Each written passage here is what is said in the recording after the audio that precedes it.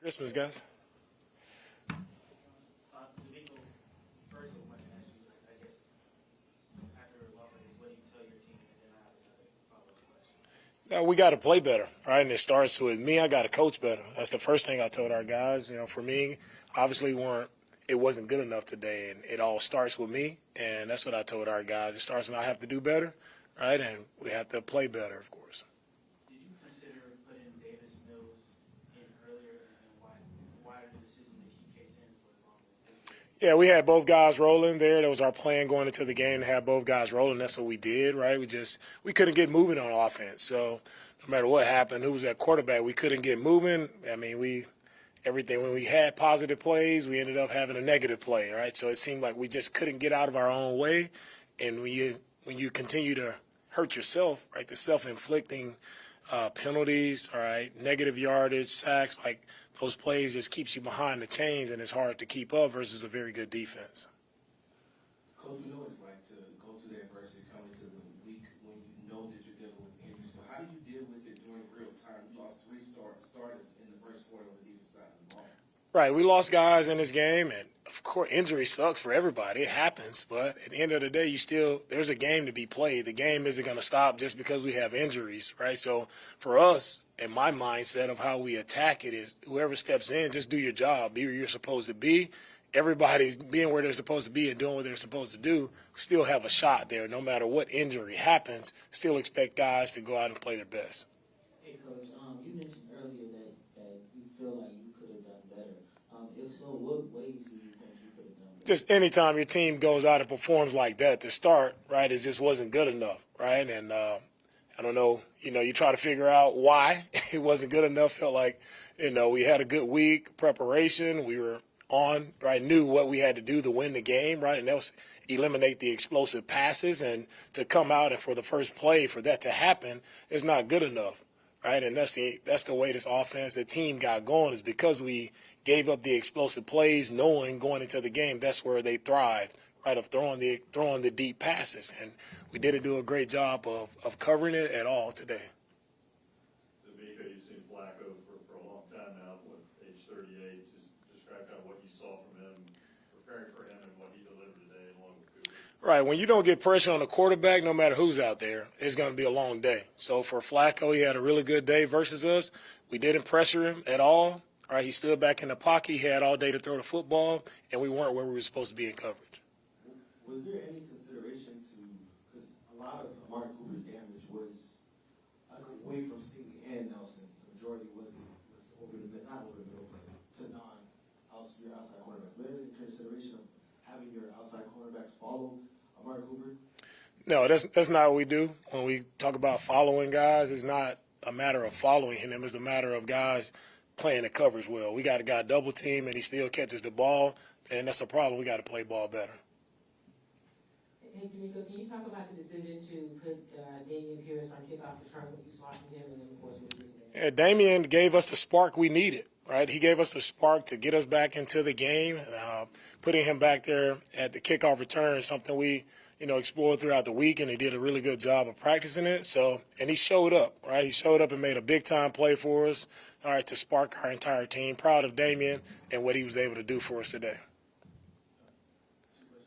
What went your decision to have Jalen Petrie on the sidelines? That's the decision where it comes to just everybody being, we rotated a lot of guys there, right? We had Amos, we had DAC back there rotating a lot of guys. We lost Jimmy. So there's a lot of guys in and out in the back end. And those what were your thoughts on how Davis Mills did? He was able to move the ball, right, efficiently there at the end. He was able to move the ball, drive down, get us a couple scores.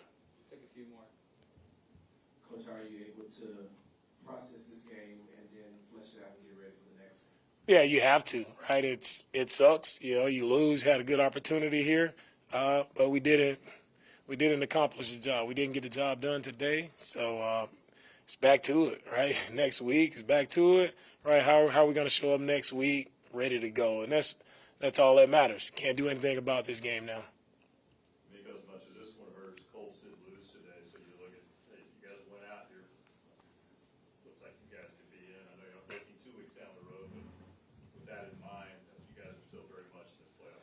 Yeah, for us, we got to play better football, right? Before we have an opportunity to talk about a playoff or get in, like we got to play better, and you have to earn those spots to get into the playoffs. So if we go and play better and earn a spot, then we can talk about possibly the playoff race and what does that look like. But until then, right, we got to do a much better job collectively.